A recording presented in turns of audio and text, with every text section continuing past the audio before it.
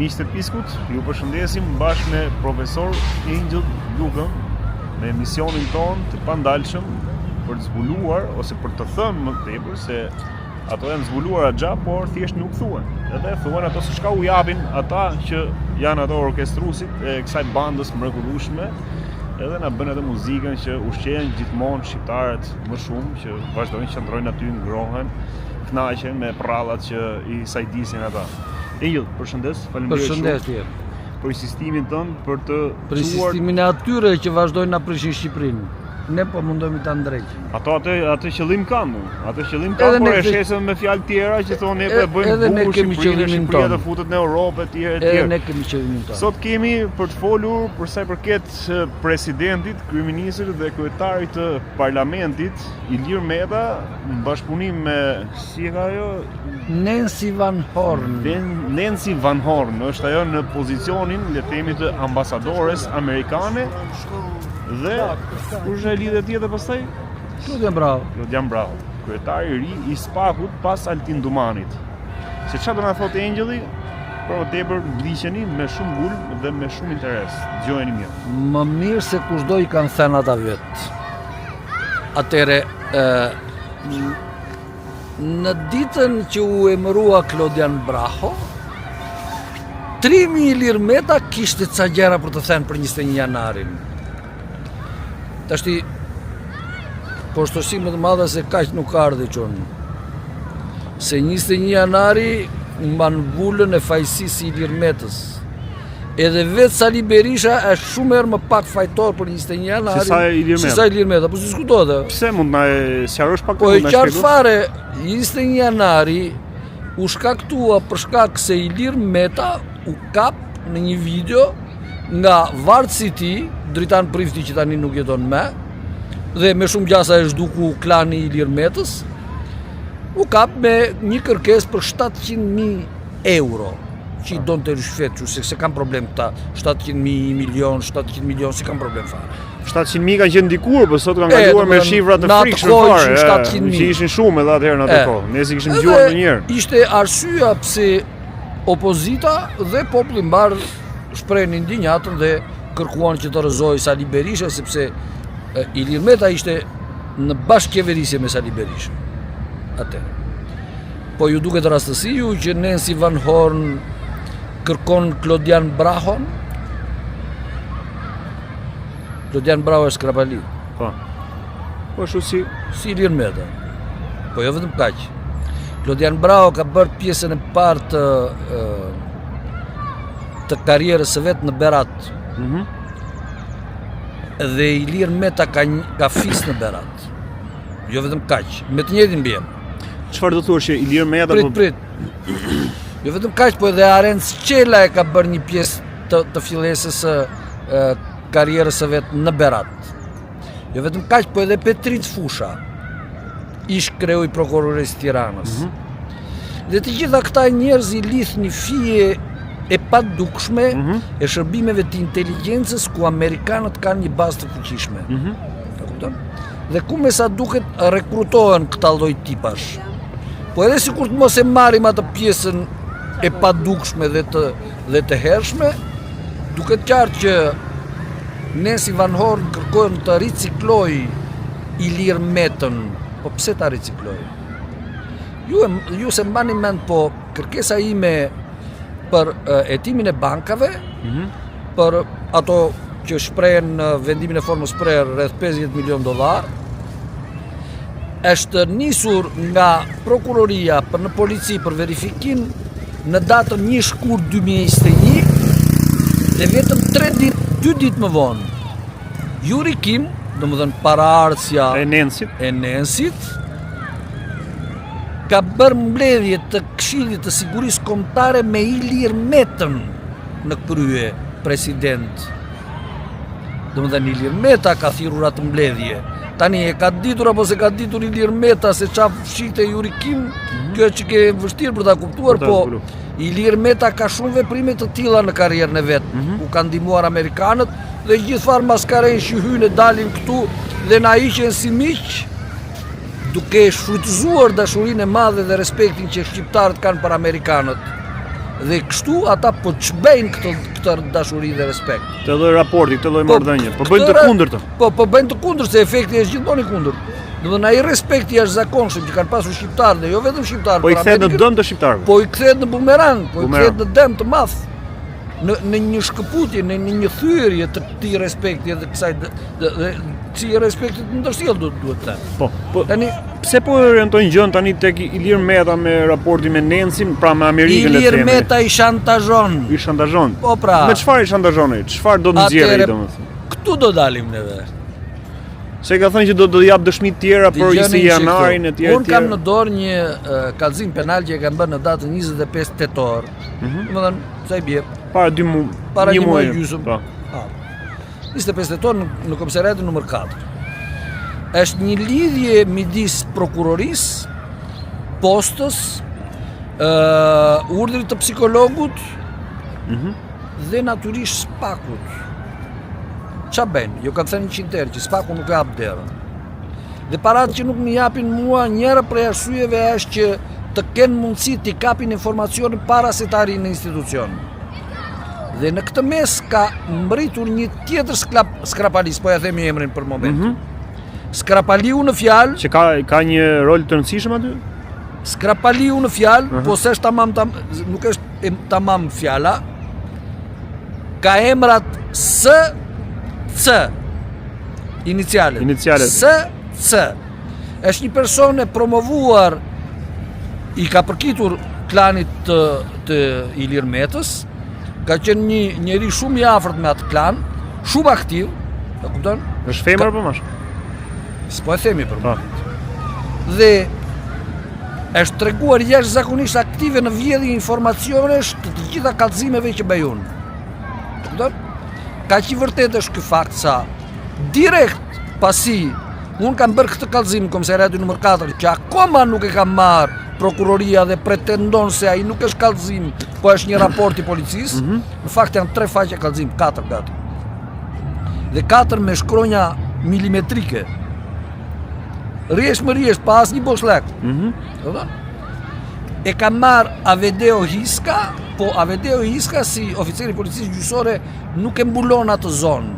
Direkt akoma pa mbaruar unë, pa hedhur firmën e pa bërë të gjitha veprimet e duhura, ka ardhur Nejib Begaj, i cili prej vitesh e njeh problemin dhe nuk vepron se se lën shefat, kuptohet, jo se s'doj.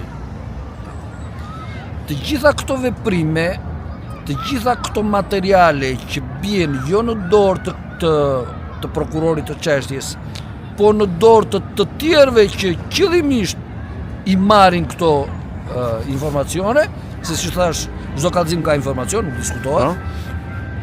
Kanë bërë një mishmash të pashembullt në prokurorinë shqiptare. Kupton? Domethënë prokuroria nuk është me prokurori, është një sekt gangsterësh. Ku Klodian Bravo ka vullën më të fortë atje.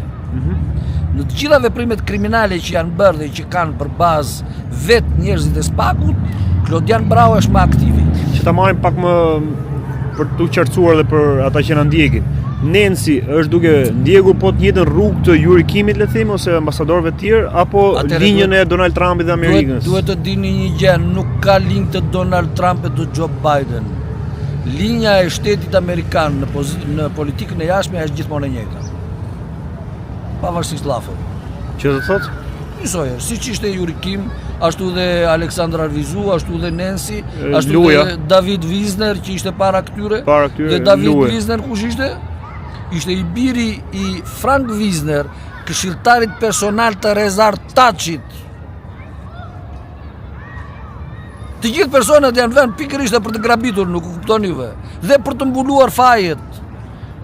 Ju duhet një Klodian Bravo për të fshehur gjithçka, sepse Klodian Bravo është vetë i njollosur. Është maksimalisht i njollosur.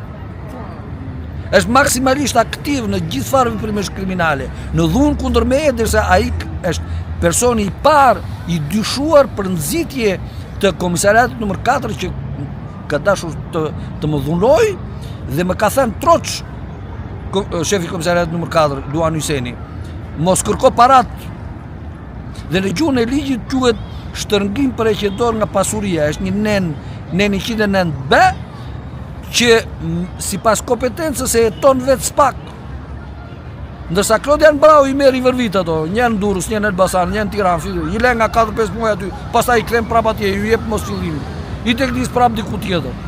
Kaq i marrosur ka qenë ky njeri në veprimet e veta sa edhe kallëzimin kundër Edi Ramës, Evgjeni Bashari, Artur Metani, të më the tash janë të tërë krerë institucionesh dhe që patjetër duhet të jetojnë s'pak i ka degdisu në Durrës. Pse në Durrës? Sepse atë janë agasët e Petrit Fushavete, më dhe të thash, janë një mal me njerëz që i shërben krimit. Shqipëria është organizat kriminale gjuna. E gjitha, gjithë që shikoni krerë institucionësh, janë përzgjedhur kastile për atë punë. Por ndoshta ne këtë gjithë shqiptarët e thonë një zëri këtë, por nuk e kuptojnë siç e kuptoni ju dhe ja shpjegoni ju. Unë e kuptoj sepse kam prova konkrete, kam dokumenta unë. Prandaj mbyllin derën ata gazetarët. Çfarë do ndodhi tani me këtë lidhjen midis Klodian Braus dhe Ilir Metës? Me këtë që insiston Ilir Meta që do t'japi dëshmi, domethënë për Çfarë dëshmi është dëshmi idiote? Çfarë është kjo dëshmi? Më kanë thënë amerikanët se do vritej.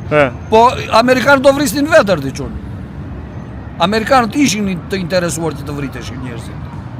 Nuk harroni juve që në atë kohë që ka ndodhur ajo që mund të quhet masakra këtu në bulevard, amerikanët kanë filluar luftën në Siri.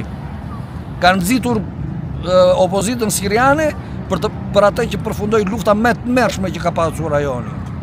Me të vrarë masivisht, me të therrur nga terroristët. Genocidi çfarë duhet ti? Çdo gjë. Do më pamit më makabre aty i ka parë bota. Pastaj ja kaloi Palestinës. Të tëra kanë dorë amerikanëve. Të këtyre lloj amerikanë. Të këtyre, bravo, këtë duhet që të bëjmë një lloj ndarje pra midis tyre që janë sot edhe atyre që nesër. Atëherë mos i ngatroni gjërat. Po.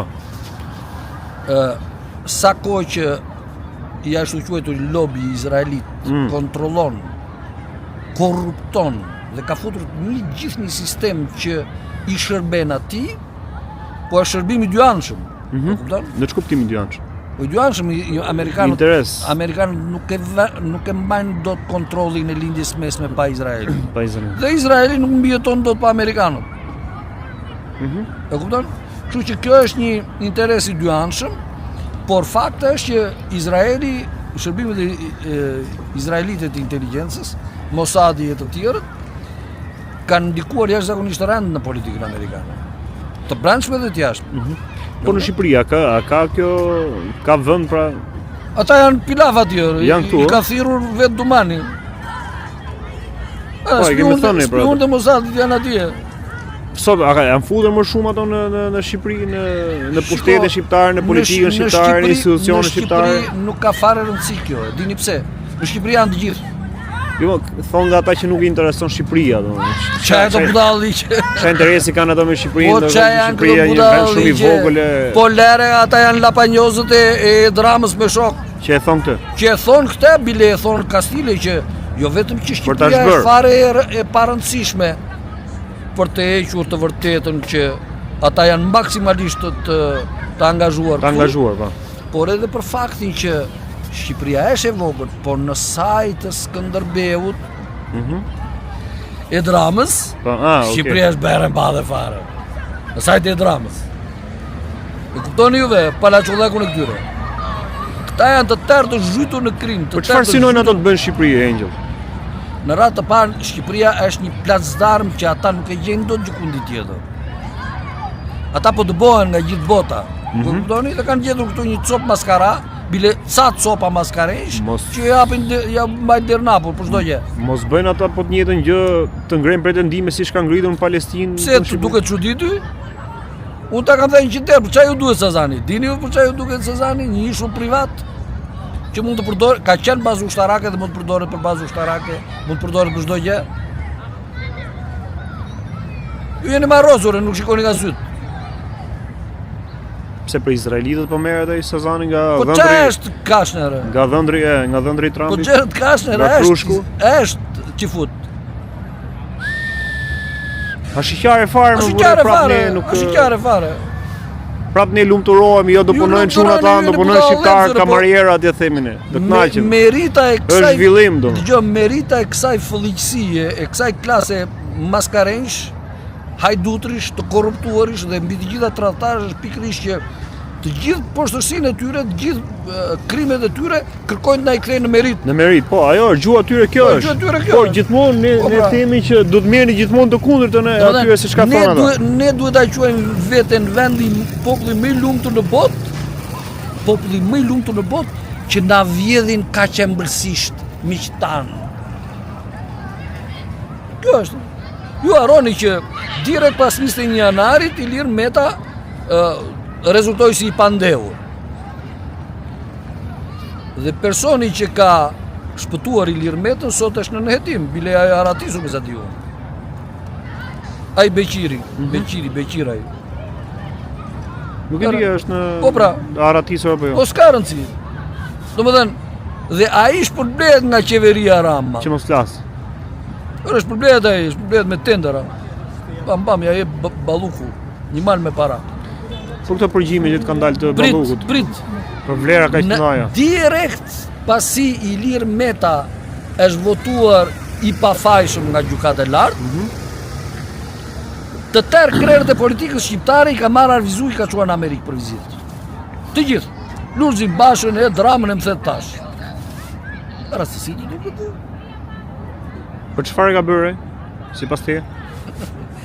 Ata të tërë shantazhojnë njëri tjetrin dhe të tërë kanë interesa të përbashkëta. Por të mbyllur gojën njerëzve që shikoni, me që gjykata tha që ky është i pafajshëm, mbaroi ky film. Po njerëzit ikën pra u vranë ata aty. E sa të tjerë u dëmtuan, e sa u përndoqën, e sa u burgosën. Dini që ju? Dhe të jeni të sigurt Ardëqon, 1 miliard% që nëse unë nuk do të kisha bërë atë që bëra kundër Rezartaqit për petrolin, Sali Berishën këtu e 150 vjetë në pushtet do ta kishe edhe sot. Sa ndjekës ka sot Sali Berisha?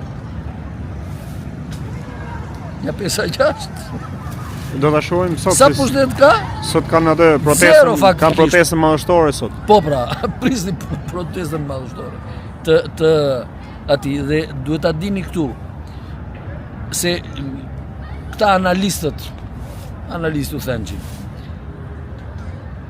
po doli filanka e mori Rama në qeveri, po doli filani. Ju harroni që janë të gjitha gjobveni.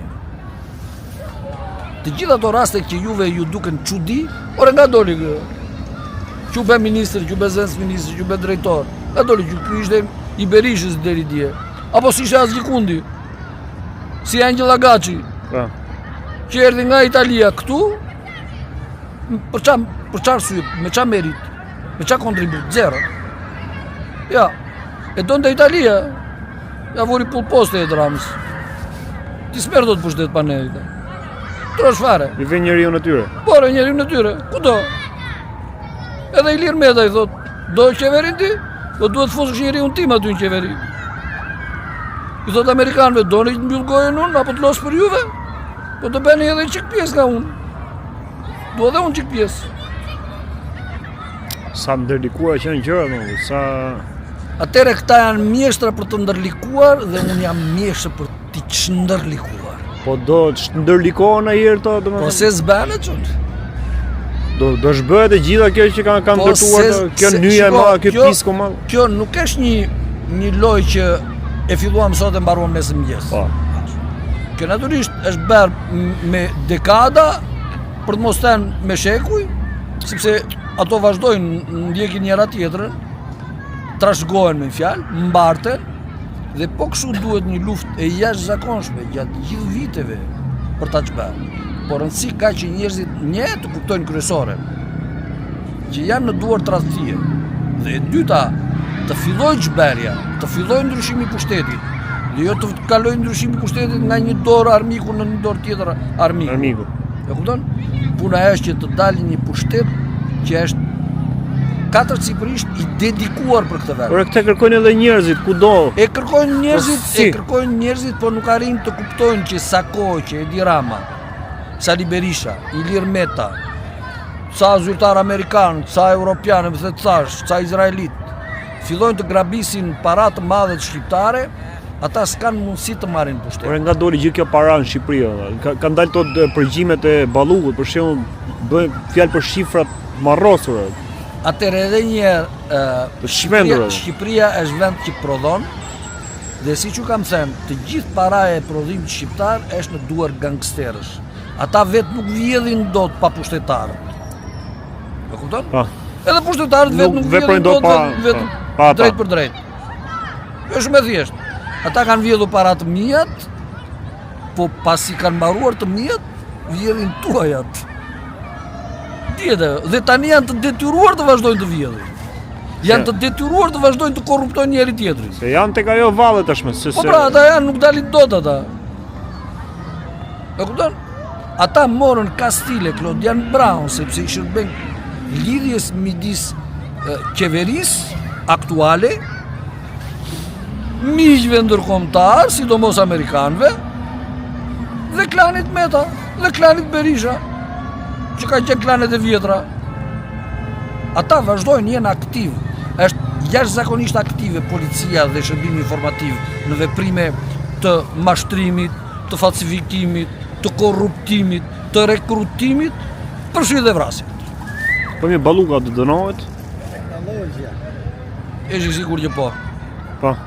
Po të dënohet si Ilir Meta dhe Erion Vilia në këtë lloj forme kështu? Jo. Kaq. Po dalë se kaq bastarde, kaq qesharake. Ata s'kan filluar akoma. Se siç e the ti, ajo është një strukturë që nuk është bërë për të bërë qesharake. E do t'ja gjej manën që atë Claudian Brown ta çojmë prapë atje nga erdhi. Po jo ande nga erdhi këtu, nga E ke një formulë për këtë? Ande nga Skrapari. E ke një formulë për këtë? Gjithmonë e kam një. Gjithmonë e kam një. Miq, ju përshëndesim. Një mesazh, siç bën gjithmonë në mbyllje të videove për shqiptarë, për ata shqiptarë mirë që na ndjekin. Po hapni syt. Se paran time nuk ka dot njeri. Dhe mos bëni mes siç bet në 45-ën që morët tokat e të pasurve, sepse u bet detikos. Gjithse kush të marrin ata të vetën, dhe ju të meni tuajin, dhe çdo të meni tuajin, të meni ato para që ja u grabisin të huajt edhe pushtetarët e korruptuar këtu. Jo timen, jo të këti, jo të ati, shqiptari, po gjithse kush të vetën. Unë kam sakrifikuar gjithçka për të mos ju tradhtuar juve, e vetmi arsye, për të mos tradhtuar këtë vend e këtë popull. Bravo. E kuptuat? Përshëndes, miq, ju përshëndesim.